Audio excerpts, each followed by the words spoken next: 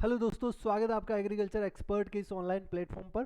मैं रजनीश यादव आज आप सभी के सामने लेकर आया हूं बिहार सरकार के द्वारा निकाली गई इस वैकेंसी के बारे में, जो कि आपकी निकाली गई है खाद्य एवं उपभोक्ता संरक्षण विभाग के द्वारा। इसके अंदर आपकी टोटल नंबर ऑफ वैकेंसीज कितनी है, पोस्ट कितनी है, ठीक है, सिलेबस क्या रहने वाला है, एग्जाम पैटर्न आपका क्या रहने वाला है, कंप्लीट डिटेल्स इस वीडियो के अंदर हम जानेंगे। ठीक है, तो लास्ट तक आप हमारे साथ में बनिए रहेगा।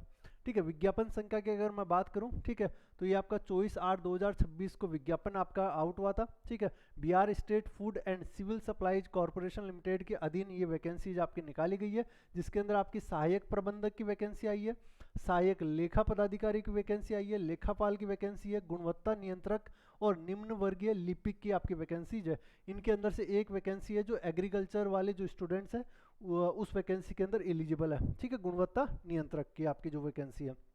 ठीक है, नीचे अगर मैं बात करूं आपकी, ठीक है, तो ये सहायक प्रबंधक एग्रीकल्चर वाले एलिजिबल नहीं है। ठीक है, सहायक लेखा अधिकारी इसमें भी नहीं है, लेखापाल में भी नहीं है। गुणवत्ता नियंत्रक 4th नंबर की आपकी पोस्ट है, गुणवत्ता नियंत्रक की। ठीक है, इस पोस्ट के अंदर एग्रीकल्चर के जो स्टूडेंट्स हैं वो आपके एलिजिबल है। ठीक है, और ये आपकी प्रखंड और जिला स्तरीय वैकेंसी रहेगी। इसके अंदर आपकी टोटल नंबर ऑफ पोस्ट की बात करूं तो मैं 38 वैकेंसी 38 पोस्ट इसके अंदर जारी की गई है।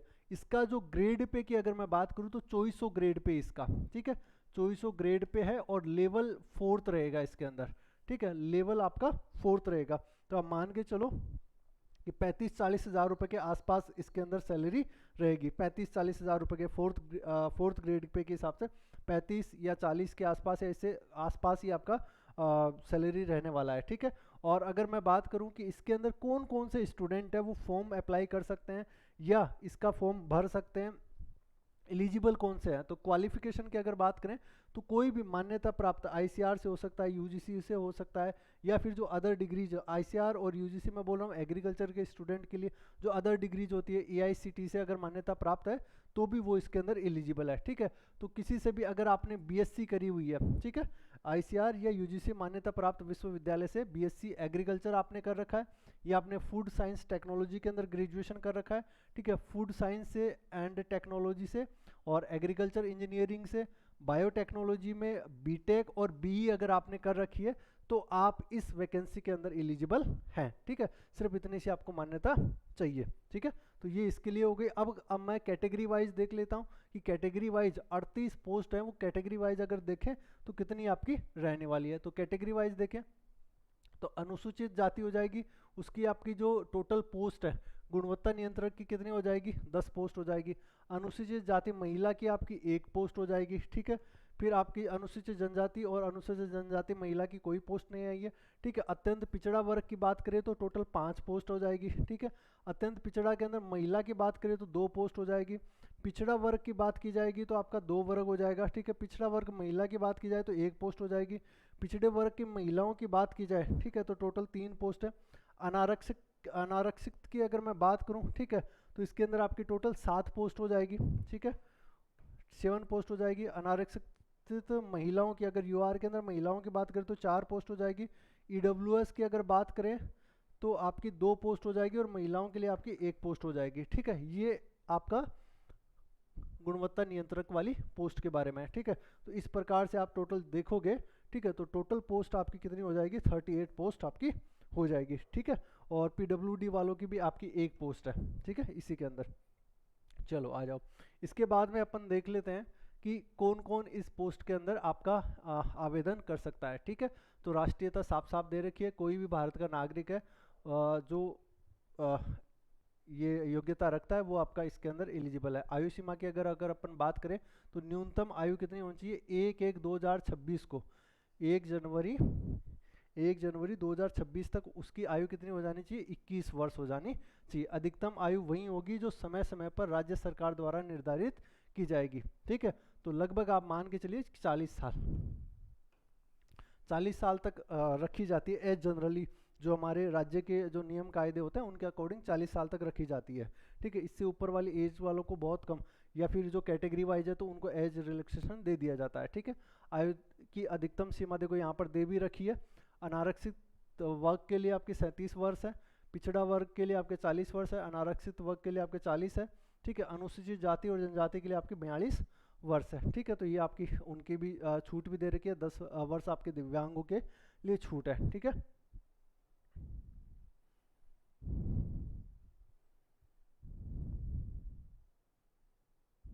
ठीक है, आगे चलें।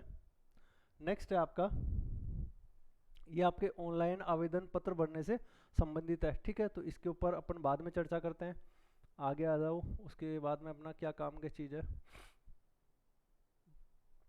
हाँ, पेमेंट के बारे में बात करते हैं। एग्जामिनेशन का पेमेंट अपना कितना लगेगा, ठीक है। तो जो ऑनलाइन पेमेंट रहेगा, आपका फॉर्म जो है इसका वो ऑनलाइन वेबसाइट के ऊपर ओपन हो चुका है।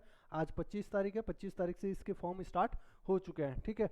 तो एग्जामिनेशन और काउंसलिंग फीस आपकी कितनी रहने वाली है वो देख लेते हैं एक बार, ठीक है। तो एग्जामिनेशन फीस जो है आपकी सामान्य और आर्थिक रूप से कमज़ोर, सामान्य और आर्थिक रूप से कमज़ोर वर्ग हो गया, पिछड़ा वर्ग हो गया और अत्यंत पिछड़ा वर्ग हो गया, ठीक है। पुरुष और महिला दोनों की आपकी फ़ीस कितनी है, 1200 रुपये, 1200 रुपये फीस। तो ये इतना ज़बरदस्त उठा के रखते हैं ना, बहुत ज़्यादा, ठीक है।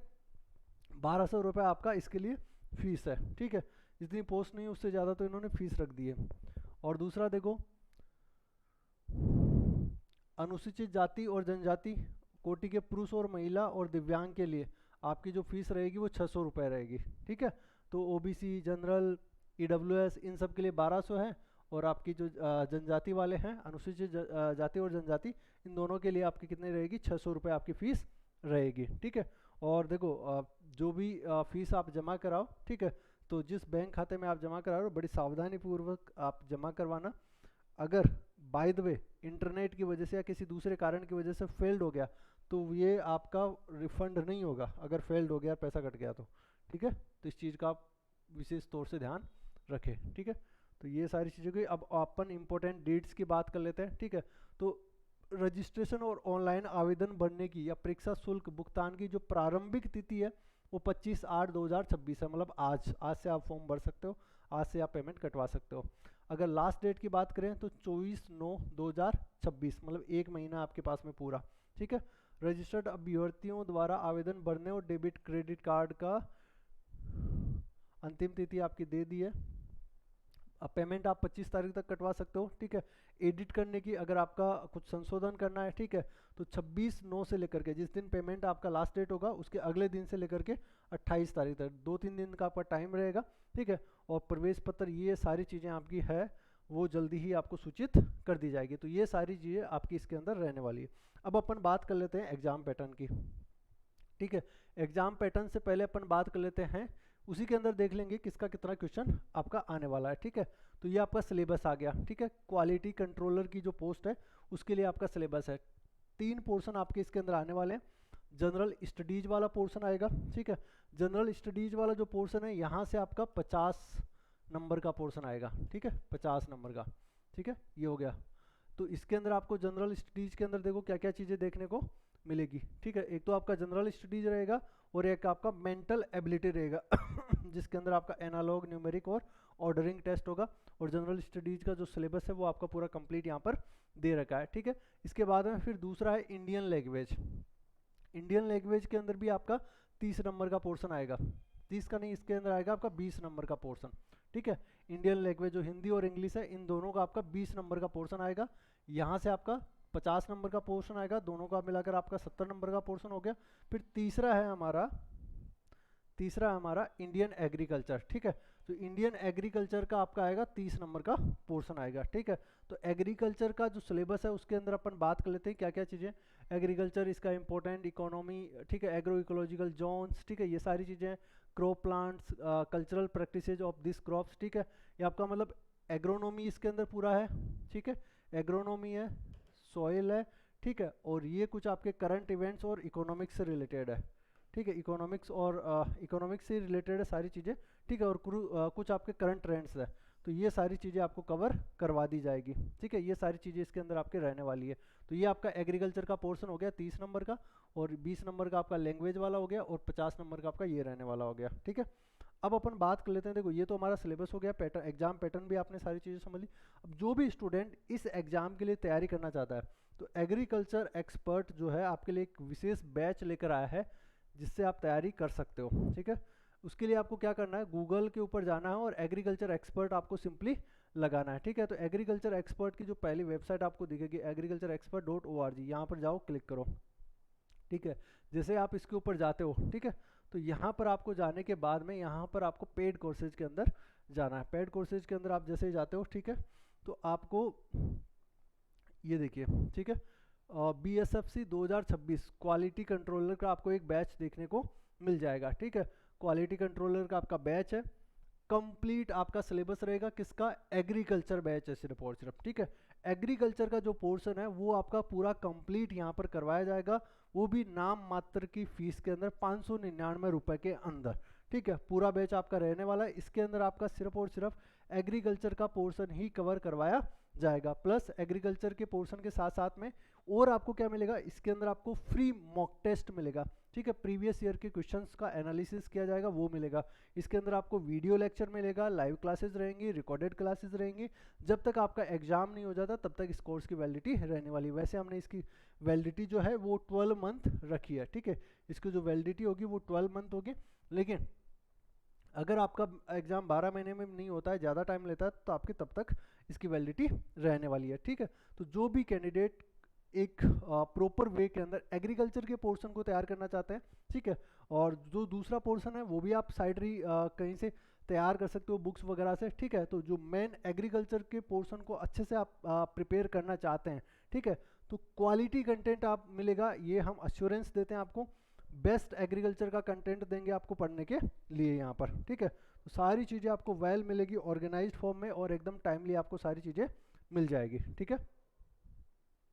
तो और भी अगर आपको किसी भी प्रकार का कोई भी डाउट रहता है, ठीक है, तो आप हमें मैसेज कर सकते हैं, ठीक है। जो भी हमारा नंबर है उसके ऊपर इस बैच के अंदर क्या क्या चीज़ें रहेगी वो मैं आपको बता दूं। एग्रीकल्चर का पूरा पोर्शन इसके अंदर कवर करवाया जाएगा, टॉपिक वाइज क्लासेज होगी, इंपॉर्टेंट MCQ जो होंगे उस सिलेबस से रिलेटेड वो सारी चीज़ें इसके अंदर कवर करवाई जाएगी, PYQ होगा, रिविजन भी इसके अंदर आपका करवाया जाएगा लास्ट के टाइम पर, ठीक है। और 599 रुपये में, सिर्फ मात्र आपका 599 रुपये में ये बेच है, ठीक है। तो जल्दी एनरोल करें, ठीक है। और लिमिटेड इसके अंदर सीट्स हैं, तो जो जल्दी आएगा वही आपका पाएगा, ठीक है। और भी अगर आपको लगता है जो भी चीज़ अगर आपको ऐड ऑन करवानी होगी या रिमूव करवानी होगी, तो जैसा भी आपको लगे फीडबैक आप ज़रूर दें कमेंट के अंदर। So thank you so much.